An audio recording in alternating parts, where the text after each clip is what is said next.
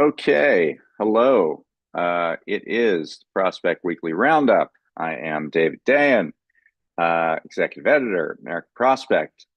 We are, I believe, still going to have Maureen Tkacik here with me to talk about a big piece she ran this week about Trenda and Venezuela and Denver or apartment complexes and all the rest.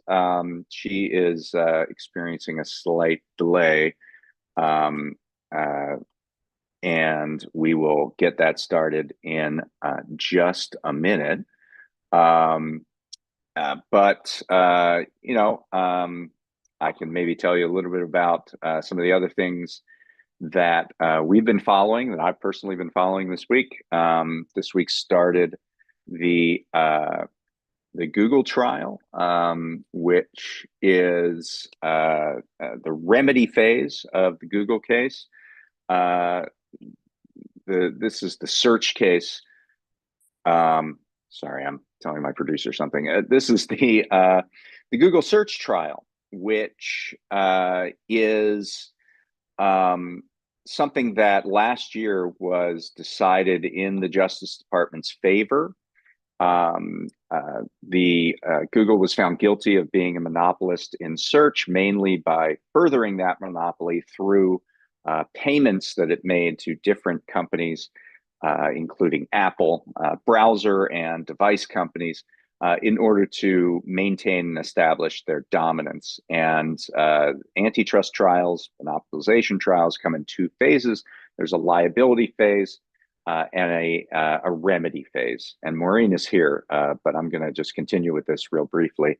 Hey, Maureen, how you doing? You're on mute. You are unmuted. How's it going? I was just wrapping up a quick thing here, telling the team, telling the folks about the incredible scene in the DC courthouse this week, where there's literally a sign up and it says, "If you want the Google trial, go this way, and if you want the Facebook trial, go that way." It's this incredible, sort of. Bringing together of all these different big tech antitrust trials.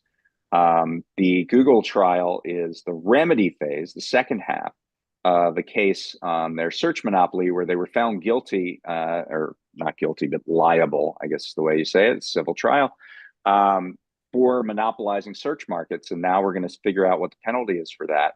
And the Justice Department, even though it's Trump's Justice Department, acted pretty strongly in that respect, to seek a breakup of Google, breaking up the Chrome browser, where 35% of all search queries begin, and which is completely integrated into Google search. Also, a number of things, including data sharing. Basically, the idea is that the illegal monopoly was the reason that Google acquired this advantage in data against its rivals in terms of search queries and clicks and things like that. And so that data needs to be shared with these other companies in order for there to be a level playing field. So they don't get to sort of benefit from the fruits of their illegal monopolization. So it's a really interesting trial, and I wrote about that a little bit this week. The Facebook trial is ongoing. Mark Zuckerberg was on the stand. Sheryl Sandberg was on the stand. What was really interesting was the head of Instagram was on the stand. And that guy, Kevin Systrom, basically said that, okay, Facebook bought us, and then they stopped giving us the tools that they promised us previously that we would need to grow, because they feared that Instagram was cannibalizing audience from Facebook. So very clear what was going on. The Instagram was bought to neutralize them as a competitor to Facebook. Really kind of interesting. All right. I was basically vamping for time until you showed up here, Maureen. So now we can talk about the main event, which is your fantastic piece that we ran just the other day, yesterday, actually, about well, it's about a lot of things. So I don't think I can summarize it in one word. That's why we have a whole hour to talk about it. But when you came to me with this story, it was basically about the origins of this gang that we started hearing about called Trenda. And I think, if you followed politics for the last 30, 40 years, all of a sudden these new villains pop up, whether it's Muammar Gaddafi or Saddam Hussein or Al Qaeda or ISIS. There's always sort of the villain of the week that shows up, and this is now the existential threat to America. And Trenda showed up uh, basically last fall on the national radar screen, and they became the new villain of the week. And so maybe we could start by just who is Trenda? Sure. And I also really like that setup because I remember I covered September 11th in a similar way, right? I was working in the LA bureau of the Wall Street Journal, and I got sent Mm-hmm. down to San Diego, like a town in East County, San Diego called Lemon Grove, where two or three of the hijackers had lived for like 6 or 7 months. Um, and Is pretty that where they were doing their flight as training and stuff, The flight or no? training they did in Phoenix, supposedly. In fact, it was always like that is one thing about September 11th. I don't think that it was ever clear how they got so good at flying because there was, like there was one flight teacher who tried to train them and said these guys were hopeless and they wanted to learn how to fly 747s, and they were just in way over over their heads. So many lingering mysteries about September 11th, and that is one of them. And what was funny too is that the attitude that I encountered from the community in Aurora, Colorado about Trinidad, there was a lot of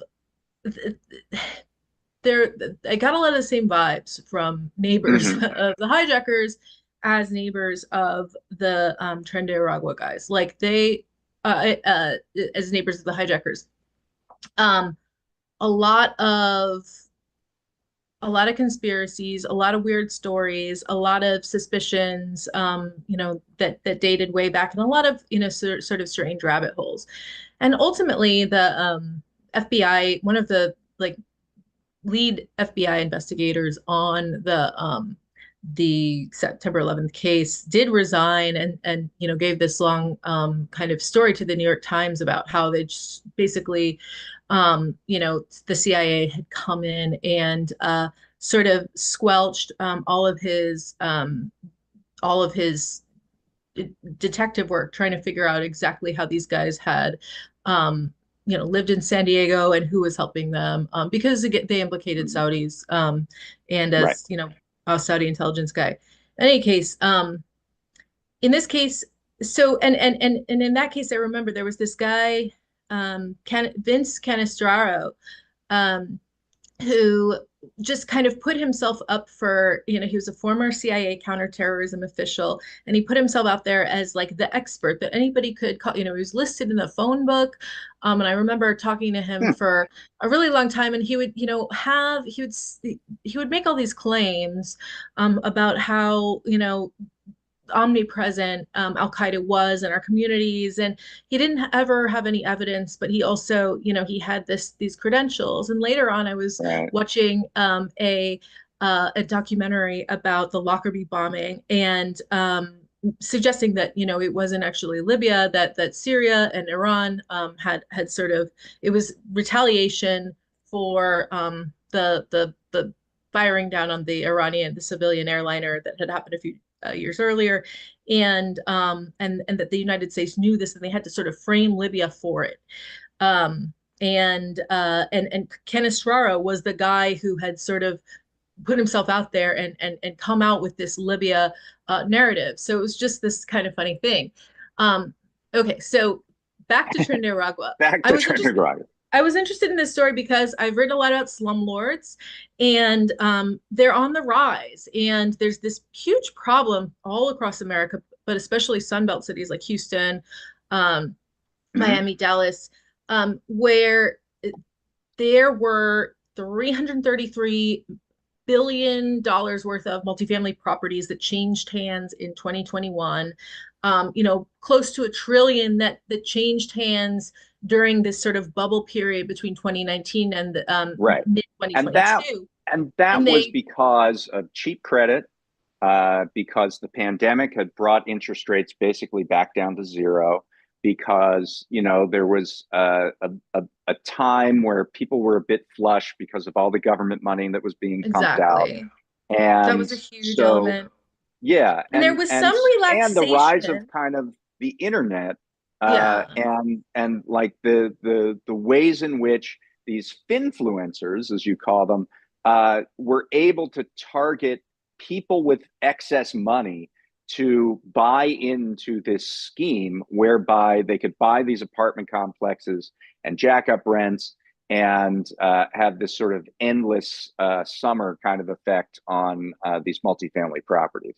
yeah, there was this idea that it would be passive income that, and I think that RealPage contributed a lot to this because it enabled, I think that underwriting standards really got a Mm-hmm. lot looser in response to the fact that these big institutional landlords were finding that if they use these algorithms and they forced their leasing agents to use these algorithms to determine the rents Right. as opposed to just, sort of their gut, they could generate, massive rises in rent Right. revenue every year because, RealPage was just telling them, hey, why not increase the rent 25%? What have you got to lose?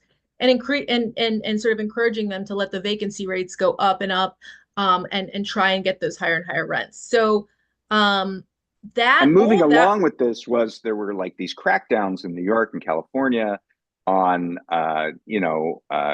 basically tenant protections were added in right. place, and that was moving these landlords out to these outlying areas, Sunbelt, but also Colorado. Yes, yes, and Denver was a hot area. It's a growth market. A lot of people, with money like to move to Denver, and they don't have very strong tenant protections in Uh-huh. Colorado.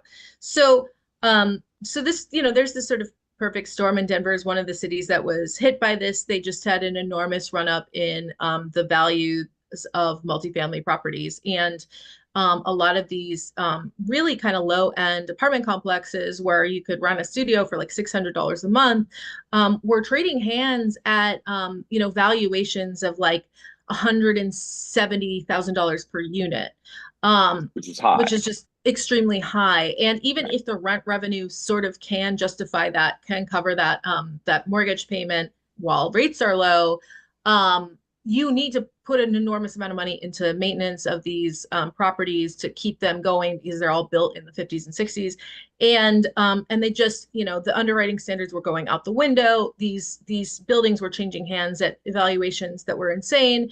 And what happens then when you sell a building for too much money is that the landlord, the buyer, goes underwater very quickly. And especially if there are interest rate hikes, the landlords in question were these guys, the Baumgarten brothers, Right. from and yeah, I've been thinking about this question, Fireblade, and but the so there are an enormous amount right now. 13% of multifamily mortgages in the United States are distressed. They're not. They've had maybe not a default event, but maybe they're delinquent 60 days or And more. these are like Um, post great financial crisis numbers. I mean, these are yeah, big numbers, and it has everything to do with this kind of whipsaw effect of interest rates, and how these influencers kind of got in over their head. and the banks don't want to. Generally, the lenders are very, very, very slow to want to start foreclosing. There's going to Right. be price discovery. Interest rates have gone up, 500 basis points.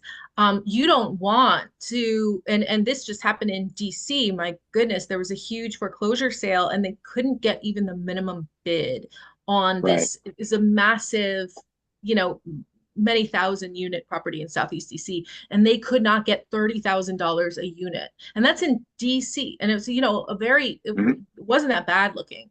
But that kind of shows you how terrible it would be if, it can be when a lot of these properties start heading into foreclosure. They can't find buyers. They have to mark down their numbers. Suddenly, these banks are all underwater. It's a disaster. And it's a Yeah. disaster that we've kind of been waiting for the shoe to drop. And a lot of banks have been thinking, for a very long time now, well, this can't go on forever. These rates are going to go back Right. down. So Let's not.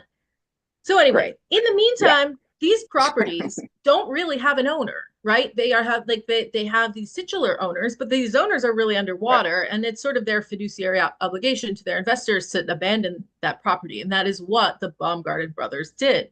They had purchased 10, something around 10 Colorado Denver Complex. area properties. It was like 500 units or something Yeah, around 500 in total. units across the Denver area, and 3 or 4 of them were in Aurora, Colorado, which is a like a little, A you near know, suburb of Denver, right? Yeah. it's an inner suburb of Denver. It's basically just like East Denver.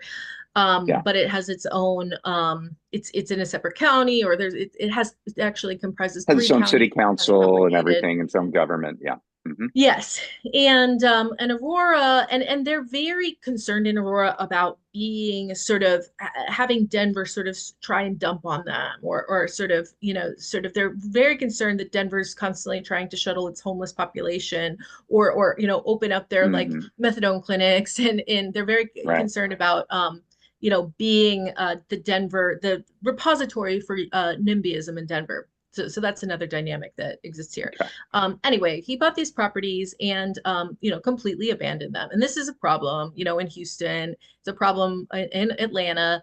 Um, Yeah. Basically, the biggest manifestation that the average person will see is overflowing garbage. Uh, you know, Garbage pails. Just Right. dumpsters that are uh, many, All right. 50, So 60 stories high. sure. So we're 20 minutes into this and we haven't Sorry. talked about Trenda yet. But here's the reason So, why. It's like this is important. Like in parallel. So you're setting a scene of an ill-timed and ill-considered effort by these landlords to flood into these other communities. And it turns out that this bet went pretty bad. These homes, these multifamily properties aren't worth as much as what they paid for them. And so, in an effort to cut costs, they're just sort of abandoning them. And at the same time, there's this sort of one growth opportunity, if you will, for these properties to get filled. And mhm. that happens to be this influx of migrants that have come in during the Biden administration, right? And Right. so that's where these things converge. So go ahead. And yeah, and there's this influx. It really, Denver really got hit extremely hard. I think that it was, between 40 and 50,000 Venezuelan migrants between late 2022 and mid 2024, when the Kind Denver, of artificially, right? Because they were coming in on buses that were being taken from the border by governors like Greg Abbott right. to go to these places. So the initial, waves of migrants, like Denver was a very popular, there's a lot of Latinos in Denver, and it was a very Sure. popular destination for the migrants initially. But there was a very major shift in the kinds of migrants that you were getting when Abbott started sending Venezuelans to Denver, which for whatever reason he didn't start doing until about 2 years into his Mm. migrant busing program. He started just flooding Denver in the middle of 2023. And it was only with the migrants that Abbott sent, for reasons I have not yet determined, were only migrants who were not authorized to work. That meant that they had not done the thing that the Biden administration was trying to get everyone to do, which was make an appointment before you cross the border, and Right. and then in that case they'll vet you before you arrive at the border and make sure that you're qualified, and then give you immediate work authorization once you come in. Right. Abbott, I So don't know if instead, he wanted to hold on to those migrants. And this is a policy that kind of had its roots in the worker shortage that we saw after the pandemic. But so they're getting all these migrants who have crossed illegally and are not authorized to work. And maybe it's just not clear, but suddenly the nature of the migrants who are arriving was a little bit different. And Cindy Romero, one of the neighbors in a building that ended up sort of getting occupied by these migrants, described this shift in the nature of the migrants who were showing up to me. But so in around 2023, that's when you start seeing these guys who don't have work authorization. And that kind of suggests that they were trafficked by, that they have been trafficked by organized crime. The migration, the coyotes who sort of control migration, that industry has been pretty thoroughly cartelized. And with Trenda, with Venezuelan migrants, Trenda is very, very active in that business. That is human trafficking. Right. Yeah. But let's go back and explain that from the perspective of Venezuela. Why are all these Venezuelans coming in, and why is this gang, this prison gang, essentially, so active in this trafficking effort? Right. And obviously, so Venezuela's economy has collapsed a few times over. The first impetus was, Chavez's death. There's a lot of intrigue. It's a corrupt country. Chavez was not good at fighting corruption. He was also a little bit of a stickler when it came to trying to keep the loyalty of skilled oil refining, executives and that kind of thing. So they had a lot of problems in their oil sector anyway, and then the oil price just plunges in 2014, 2015. And this is, he dies in 2013.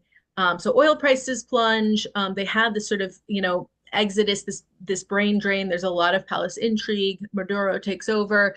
And then Trump comes in and does, what do they call these sort of indirect tariffs on any country that's going to supply Venezuela with the agents that they need to refine oil. So their oil industry is just completely fucked. And so Trump strangles their economy, and this is a means to an end, right? For Trump, and sort of there's always been kind of America First elements within the Trump orbit, and there's also been sort of residual kind of neocon regime change elements in the orbit, and they kind of come together. And I think the regime changers win as far as Venezuela is concerned, because you described these incredible numbers of efforts in the first Trump term to basically depose Nicolas Maduro and get a right-wing government in there.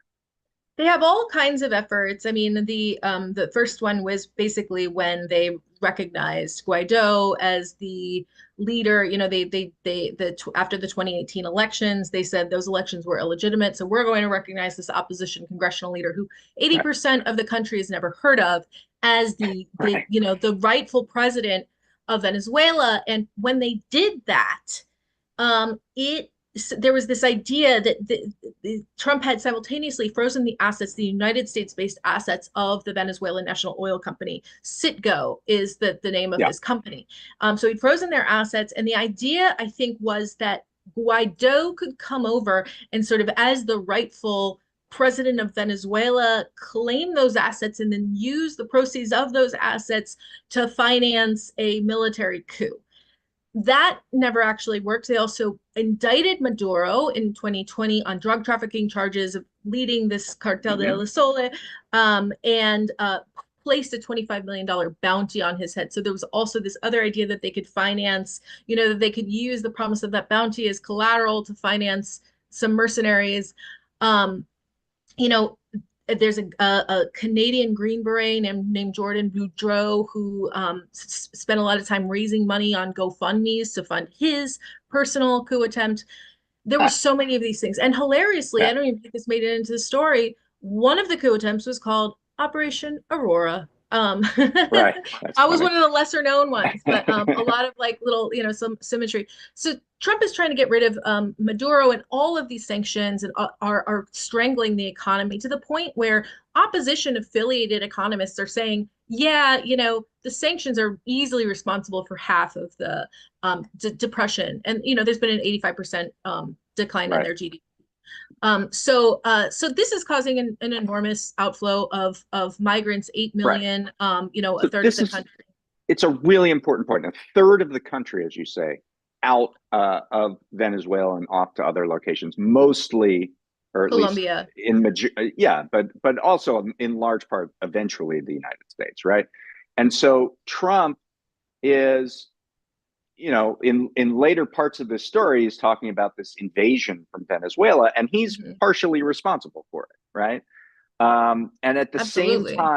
at the same time as this exodus from Venezuela is happening and this influx of migrants is happening, there's this exodus of landlords into areas of the United States that have, lesser tenant protections, and this all kind of comes to a head in Colorado.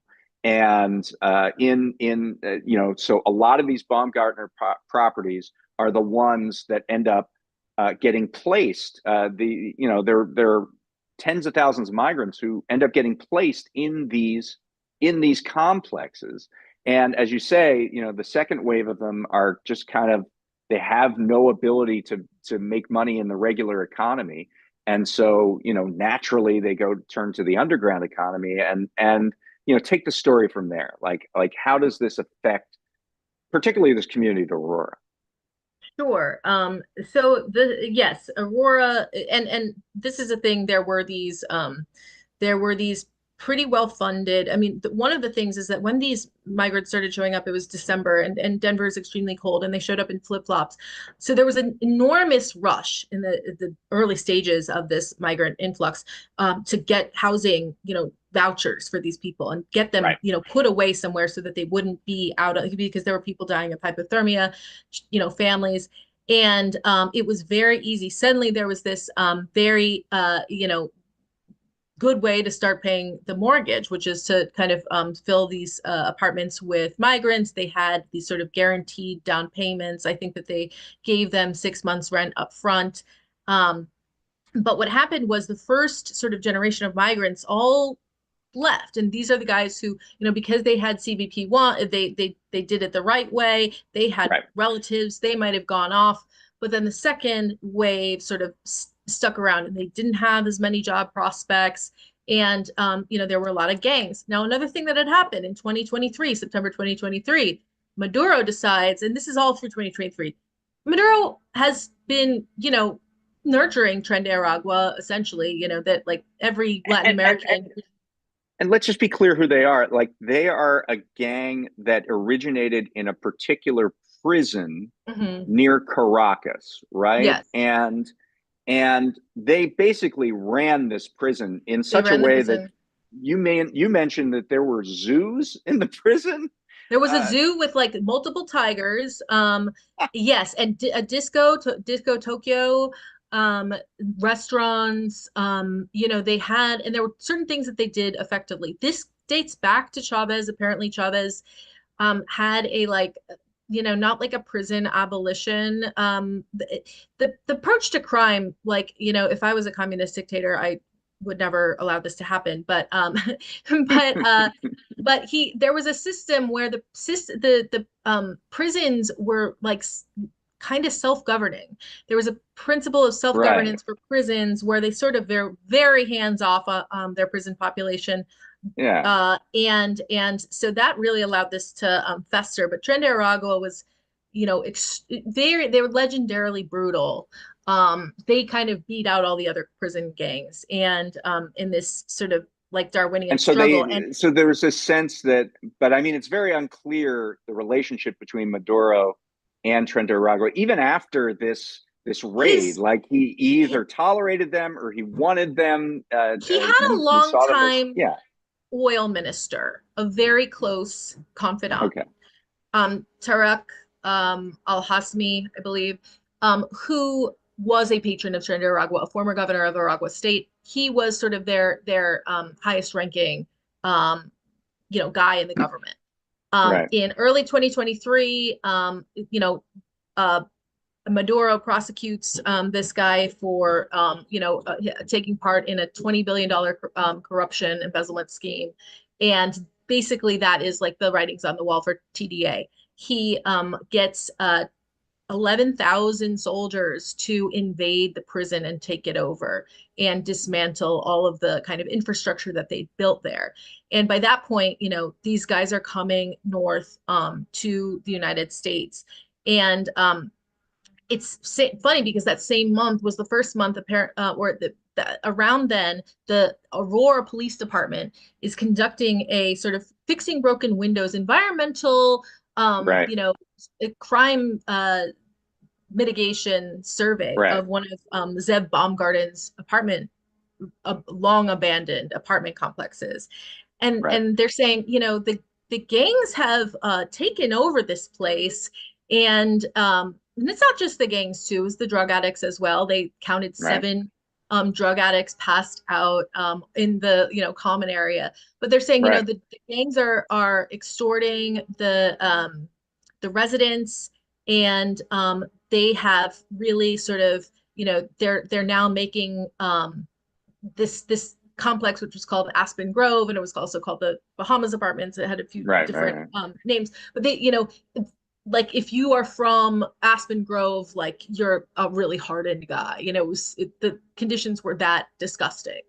Um, Right. and so they were trying to get Zev to start investing in security and fixing up the property and getting rid of the trash, and maybe getting these guys out. And Zev was just not interested because again, this investment is a money loser for Basically him. dead. Yeah. Hmm. Yeah, and so then so they keep trying, they keep issuing code enforcement violations, and this gang infestation sort of keeps worsening and worsening, and the Right. residents are saying the cops won't come. They've installed this 3-car minimum. They won't come unless they have an armored vehicle. Sometimes 24 hours are passing before the cops actually show up to something. And So you talk to a lot of these residents, and they tell you that the character of the neighborhood changed, their personal security changed, that this was a genuinely, because I think a lot of people say, oh, this is overhyped by the Republican right, but the people you talk to are like, yeah, there's something really bad going on here. No, I mean, it was horrible, and there was a city council meeting where they all kind of, a lot of people from these neighborhoods that were affected talked about it, Hmm. and um, but at the same time, you did have certain residents who were like, no, there's no gangs here. Most of them were Venezuelan, and again, a lot of them were scared of the gangs. So it's, Yeah. but basically you had a lot of people who were like, listen, I'm not a Republican, but this is scary. And essentially, there were just shootings all the time. And it's an open carry state. These guys were open carrying. Now that is not legal. It's not legal for like an illegal migrant Right. to carry a firearm. But the police were not interested in trying to pick up these guys for whatever reason. And So tell who me how knows? this comes to a head. There's a video that comes Right. out, and that's really where this Well, comes to a there's head. two Although things. maybe you want to talk earlier So about how the how Baumgarten's PR firm kind of tried to basically distract from this lack of investment by saying, no, this is about a gang takeover. so Baumgarten is getting hit on a few fronts. One, he's not paying his mortgage, and he's starting to get sued by the banks that hold the mortgages. Number two, they're issuing all these code enforcements, and they're mad now. It's been a long time. They've been issuing code enforcement violations to the Baumgartens for 2 years. 3 years in some Yeah. cases, haven't gotten anywhere. And they're saying, hey, we're going to crack down on you. You might have to serve some time because this is so bad and Right. you've been so, like just horrifically negligent. And so he hires a bunch of lawyers and hires a crisis communications firm called Red Banyan. And what was interesting about Red Banyan is they're very plugged into right-wing media. They kind of have a specialty in cancel culture, and their entire staff is they're very deeply embedded in the Israel lobby. The founder Yeah. is a longtime APAC guy, a lot of other APAC folks working there, Foundation for the Defense of Democracies, folks from there, the ADL. You just have an incredible amount. And they have a whole like section of their firm consultancy dedicated to Israel and Jewish, uh, Right. programs. So And the they have. Baumgarten and his brother are observant Jews, and so it's not that surprising that that's the firm that they would find, right? I mean, Yeah, they're Orthodox Chabad affiliated. So Chabad is very, a very that's the Kushner families, a lot of real estate right, in that particular sect of Orthodox Judaism. And also, they've got and one of the Zev Baumgarten's in-laws founded the Chabad right, Chabad down in Broward County, which is where Red Banyan right. But is but while sure, but while they certainly use this to a small extent. That Baumgarten says you're being anti-Semitic by trying to put me in jail for code violations. But Mhm. but the primary way that Red Banyan tries to deflect this problem for this real estate developer is through pointing to Trenda and these guys. Trenda and saying, Yeah, hey, look, you can't expect this landlord, to go in and fix up his properties if he can't even enter the premises. right, These properties have been taken over. right, And in one of them, supposedly the gangs had started running ads on certain websites for apartments for rent. In Cindy Romero's building, they had locksmith, and she said they had locksmiths and electricians who clearly knew what they were doing, who were, ripping out all of the doorways and installing new ones, mm, like rewiring the apartments so that like they, I don't know, they were stealing cable or something like that. I right, I'm not very clear on the specifics, but they had skilled laborers who were working for them and sort of achieving this end. So they were and creating this narrative they were for creating a their narrative, clients. and they were promoting it to the media and also to uh, legislators, city council members within Right. Aurora, right? And tell us how like that gets traction and then comes to a head with this doorbell video. Right. So they were, promoting this narrative. And everybody was but the thing is, it was a, crisis communications firm. So they weren't getting a huge amount of traction. Obviously, and there were outlets like, if there were conservative outlets that were saying, hey, this, Right, Aurora is being taken over by gangs. But the city, and this is, was saying, look, this is a PR firm's, right, manufactured narrative to kind of create a distraction from like their own neglect, which was true. Then, however, so nobody was paying attention to it. Everybody was saying, all the libs were saying, this is fake news. Trenda doesn't exist. They're fake news. And right, then Cindy Romero, there's a shooting at another CBZ complex called the Edge at Lowry. And right. That's Cindy where Cindy Romero, Romero lives. Right, there's the shootout lasts like a half an hour. There's like 30 rounds of ammunition that are, ultimately found. I think it's a really, gory thing, and the SWAT team does arrive. The cops, finally right, come. And the following day, the news, the local Fox affiliate showed up, and Cindy shows this guy her doorbell video, which basically has, shows this footage of the, like Latino guys with really large guns, sort of going through the hallway, knocking on doors, banging down doors. She's got some footage of them kind of, prying open the doors, but right, they've got big guns and they're running all over the hallway, and um, and she shows this guy this video, and he's like, "Oh my God, this is really crazy stuff. This would go viral." But she says, "Look, like no one, you're not using this video until I'm out of here, because obviously Right. there's going to be, retaliation." And there was, by the way, that was very founded fear.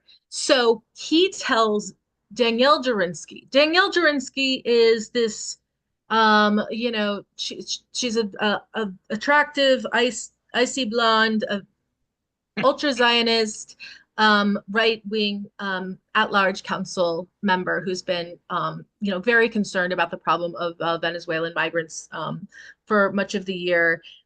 She's abrasive, fascinating character.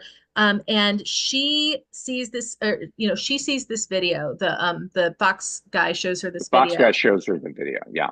and he says, like, I can't use this because it's gonna, hurt the resident, but and she says, "Oh, no, no, no, I am going, like, I can find her a new place." And she ends up moving to another CBZ complex, but in a different part of Colorado where there's fewer gangs, and it's a little bit better maintained.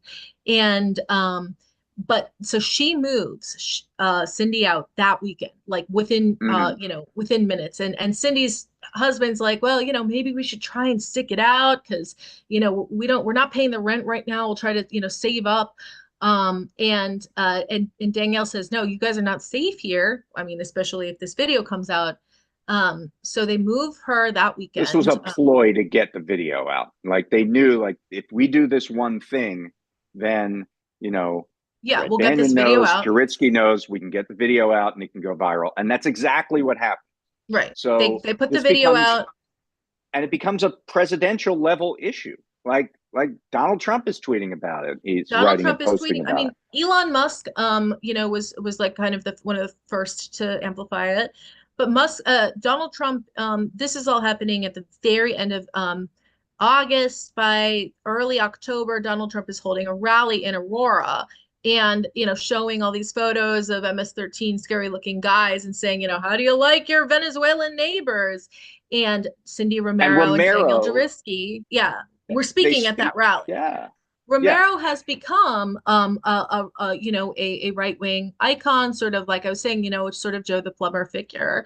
But it's important that she was not a Republican prior to any of this. And I was sort of, I didn't really believe that. And then I saw her old Facebook profile, and she was just she And her she's candid with you. Like she mentioned, she had a criminal record and she had a she had criminal a record. pretty hard scrabble life. She, And, yes, she was just extremely trying to hard make scrabble life. things work. She's Mexican I mean, like third generation Mexican, but she is Right. Mexican. And I think that, like, she has five kids, and um, they are they're all minority. She's Mhm. so she's definitely, like, she's not a racist. And a lot of her just it was just funny, reading her old Facebook posts, because she's just this kind of like easygoing, sweetheart. A lot of her posts were about being nicer to poor people, and one of them was like, slow down, you're going through your weed too fast. I don't know who needs to hear this. Right. So real, sort of Denver. But she's become very MAGA, as have some of her neighbors, Right. because the Democratic City Council members, housing tenant advocates, everybody was denying that this gang existed at all. And that goes to the then Right. interim police chief, Heather Morris, who since resigned. She actually held a press conference after the video came out, saying gangs have not taken over this building. Why? Not sure. I mean, Right. the fact was that there was this PR campaign, and it was extremely cynical, and it had, obvious ulterior motives. But the gangs had taken over these three buildings, and they were also doing bad things. They were, holding up jewelry stores. In the shootout, they murdered a young man that Cindy actually liked. He Right. told her he was going to protect. Told her he was going to use his guns to protect her. they just, indicted a bunch of guys. They had moved over to this other complex, and they were running this really aggressive sex and drug and gun trafficking ring out of Yeah. another Aurora apartment complex that was also purchased at the same time. And Okay. so this gang activity was absolutely existed. It And was that is real. the wrinkle, is that now, so initially this was an immigration issue. And Trump had sent an emissary down to Venezuela to try and get deportation started with Yeah. Richard Maduro, Grinnell, who, yeah, yeah, yeah. Richard Grinnell, He, and who is now running the Kennedy Center. So yeah, he's, sort of in the doghouse out of Bowler. Um, but Grinnell, and Grinnell said, "Hey, we're not trying to do regime change anymore. Just will you just take these guys? We just want right, to get some of these guys out." And then, 2 days later, Marco Rubio shows up in Panama and then in El Salvador, and Bukele says, "Hey, we've got this great prison down here that we just built, right, and it's perfect for these guys. You can just send them here." And so the whole deportations to Venezuela thing, is sort of put on hold. And now it's very clear that the regime change forces are have seized on this and are trying very, very hard to use it right, to justify and in fact, yesterday I spoke to an ICE, like a longtime ICE agent, who was telling me that really Trenda are just fronts for Hezbollah and Iran, and we really have to get right. them. They're trying to cause chaos in America. This is That's how serious. it shifted. So I mean, this is what's so interesting, I think, about this story. So there's something real here. There are these gangs. Trump exploits it to paint a picture that Democrats let immigration get out of control and brought all these gang members into America. He wins, and now what was seen as a deportation issue, like we're going to take these people and get them out, is now has kind of shifted into this idea that these gangs are waging war on the United States. It's coming from Maduro. This is his strategy to cause chaos in the U.S. It's a hybrid warfare, as I think one of A your criminal sources said. insurgency and hybrid warfare. Right, There's a former CIA station chief who right, actually, so somewhat ironically, his claim to fame is that he ran the Tora Bora campaign against Osama bin Laden, and he said the Bush administration told him to call off the dogs. They didn't give them enough resources to get Osama bin Laden then, and maybe if he'd gotten Osama bin Laden when he had him in his in his crosshairs, we wouldn't have had to go to war in Iraq, which again, right. we didn't have to go to war in Iraq. We didn't have Needless to to say, anyway. Yeah, there was no point to that at all. right, But this guy, so now Gary Bernson, is out, kind of making the rounds. He's, seeded this Miami Herald story saying that Maduro has explicitly, and that the whole invasion of the Tocaron prison was a a cover front or for something. Yeah, yeah, this infiltration, this operation to infiltrate America with 5,000 agents from Trinidad, 300 of whom are specially trained in paramilitary and right, crypto and right, arson. And these guys are probably the reason that the wildfires in January were as bad as they were. They're right. doing all sorts of like really terrible thing. Yesterday, the FBI came out with this, Kind of this corroborate, or in their way tried to corroborate it. Yeah, right. They are saying that now Trenda is trying to assassinate Venezuelan opposition right, officials in the United States. But what Maduro says, and this is obviously, what he would say, but right, Maduro says that these guys are actually being orchestrated, that they are run by the opposition, and in particular, a guy named Gilbert Caro, who's in Miami, and he's in trouble because he killed some guy in a hit and run at 4 a.m. In September. Um, but Gilbert Caro is a Guaido, and this is another thing. Machado, right. Maria Corina Machado, who's like the sort of leading. She's the Iron Lady.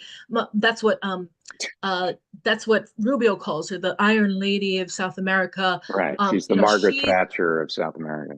she's not eligible to run in the elections. I mean, these guys they're very treasonous, really. But she she's been on the road. She told Don Trump Jr.'s podcast, and she's been giving a lot of Yeah. speeches saying that Tren de Aragua is Maduro's attempt to cause chaos and confusion and disunity in America. But meanwhile, what Maduro is saying, and the timing of this just sort of, one of the people that they actually did successfully deport to Venezuela is this influencer, this migrant influencer who was telling everybody to, no, you got to, this is how you shoplift at Walmart, and this is how you occupy a building. And he was, posting from September 2023 to, March 2024. And he was posting about how to occupy a building right before these guys were reported to start, doing that in Aurora. And this guy ended up getting deported. Everybody hated this guy. He was just like the most annoying, obnoxious. Every comment on his Instagram is like, I can't wait till they deport you, but in Spanish. He did end up getting deported because he had not shown up for a court appointment, and Maduro put him right in prison for hate speech against Venezuelans. But there was it does seem like there has been some sort of operation. So many of the crimes that have been linked to Tren de Aragua, that have been committed by Venezuelan migrants, have been just appalling and weird and like and very sort of pointless, not like an organized crime. Yeah. So there are two things here. There are two things I want you to, because we're getting close to the end here. Sorry, getting down to the wire. So the first thing is that it's so interesting that now you have Romero and some of the other people who were residents there who, really just wanted to be safer in their homes, right, and in their residences, who are now sort of the front people for this geopolitical operation that is forces well beyond their control, who are basically fighting it out within the Trump administration to try to use this opportunity to create regime change in Latin America. So that's like a really interesting part of this. And then the second interesting part, which we haven't really talked about yet, is so Rubio makes this deal with Bukele to send Venezuelan migrants and maybe other people down to El Salvador. But if you look at the manifest of at least the first 230 some odd Venezuelans who went into that prison, they were not the people who were accused of the crimes that you're talking about. None of them. There's been a ton of like really interesting part. Horrible crimes from, kids shooting up cops and random tourists in Times Square, all kinds of bad stuff that these TDA guys did, really brutal robberies, a kidnapping in retaliation for somebody who posted a TikTok video, and, pulling out people's fingernails, like gory stuff. Yeah, bad stuff. But none of that, guys, like, those people are all still in America. None of those guys are on the list. And, they're being afforded due process. Is law enforcement asking for this? I don't know. Probably they want to, sort of actually investigate these crimes. But fundamentally, there are people that they could have sent who would have been, where it would have been much harder for the left to say this person is, deserves due process, or this person is completely innocent. There are murderers, there are, burglars, there are people who, I mean, even the brother of the guy who killed Laken Riley, he beat up 2 border patrols right when he, when he entered the country, and then he was allowed to, to stay. And then he drove so drunk and on meth, and so there are all these criminals. I've gathered like a very, or alleged criminals. I have them in a long spreadsheet, and none of these guys were on the list. There were only 3 guys in the plane who had been through Chicago, who had been through Colorado. So it is this one thing, and what kind of makes me a little weird about that is that also obviously on this plane was a guy named Greñas, an MS13, high-ranking MS13 official who was specifically, who was in the middle of a trial that was supposed to shed a lot of light on secret negotiations that Bukele had had with MS-13 earlier Right. in his presidency. So there are deals happening. We are somebody there. We have a tiny window into what There is actually going on. Yes, there are forces at work that we don't really understand. But there's something going on here. It probably is going to involve a lot more regime change efforts, and it's being clearly quite orchestrated. And yet the left, because we didn't really want to admit that this existed at all, um, Right. has really not uncovered. I mean, I don't know the first thing about Venezuela or the global south even, or organized crime, or the difference between MS-13 and Trenda. I had to like do a lot of research to just even feel a little bit confident writing about this. But I've been surprised, because there should be a lot of people looking at this critically and trying to determine what it all means, because it is, this is scary stuff. It was legitimately, it certainly radicalized a group of people in Colorado. Yeah. And yet, the average liberal, I mean, even when you posted my story yesterday on Blue Sky, somebody was like, I don't need to read that story. I knew back in September that the whole thing was like a landlord psyop. And it's like, well, But maybe. it can, two things can be true at the same time, right? Right. It's like Maybe there's that actually more, it can be and a psyop, and yet it can be something that was legitimately violent, and yet also it can be this front for this larger geopolitical war and this war within the Trump administration between neocons and America Firsters. So right. it's like it encompasses all of this. That's why it's such a great piece. It's provocative. It's challenging, and it encompasses like this attempt to scratch out some understanding of what has gone on in a way that I think has been largely ignored, is what you're saying, Right, because we're by a focusing lot of on the forces in the left. sympathetic characters that got sent to Right. that got sent to CCON, Which, by the way, which it's not that we shouldn't be makes focusing sense. on them. Like, Because, well, yeah, what's interesting too is that they are all by definition sympathetic characters, because none of the bad guys are going there for some reason. right. Also, the how does the left condense this situation into a political persuasive 30-second soundbite? Yeah, I wouldn't know about 30-second sound bites, guys, but I will say that It's tough, but I think at this point, it's like using this situation is being used to try to overturn a leader in Venezuela in a way that could get America caught up in a larger war. I mean, I think that's one of the possible outcomes of this. And it's what we always see. The other part I'd say is that what we always see whenever the sort of words terror and war on terror and things like that come out, we always see a slow erosion of of personal rights and human rights, and we're seeing that here too. The also, I mean, it should be known too, Marco Rubio, a huge advocate of TPS until like this year, a huge advocate of Venezuelan migrants generally in his career, and immigration and what have you. But also a And huge anti-communist. We just wrote a story. Dan Boguslaw wrote a story just yesterday for us about how he got rid of all these MS-13 programs except for the ones trying to foment regime change in Cuba, right? right Which is is so that's what's going on.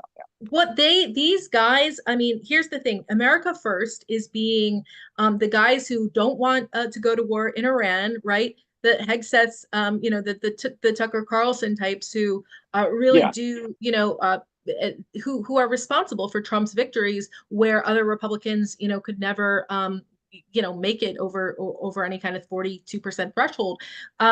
Like these guys are being undermined yet again by the neocons, and this is all part of right, that. They're being undermined. This right. past week in the This is DoD, there's been being all these used, firings. right? Israel, nobody wants to go to war. Nobody in the Trump administration wants to go to war with Iran, and yet that option is on the table because of these forces, because of these deep state forces that are also trying to again overthrow Maduro, for reasons, And in in ways that are this going to cause more migrants to need to Yeah, come up here.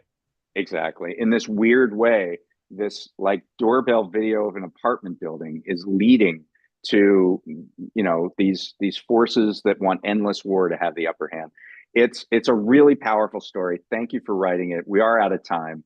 And can we just say for Blade 143, that kind of candidate just needs to Oh, like, so to needs to the not question be was an just to APAC say that candidate. Like, you the can't question fight was, fascism with fascism. You can't well, support 100%. Israel. What kind of candidate Democrats need to save the U.S. from spiraling into fascism? One with the guts to fight back against those fascist forces. So I think that's what you're saying. Yeah. All right. So we are out of time. Thank you so much, Maureen. Thanks for writing this. And we are back here every week at 12:30 Eastern. We'll be back next week. We're going to post this video up at prospect.org. So tell your friends, you can see it and read the story. It's called Runaway Trend. It's terrific. Thanks a lot.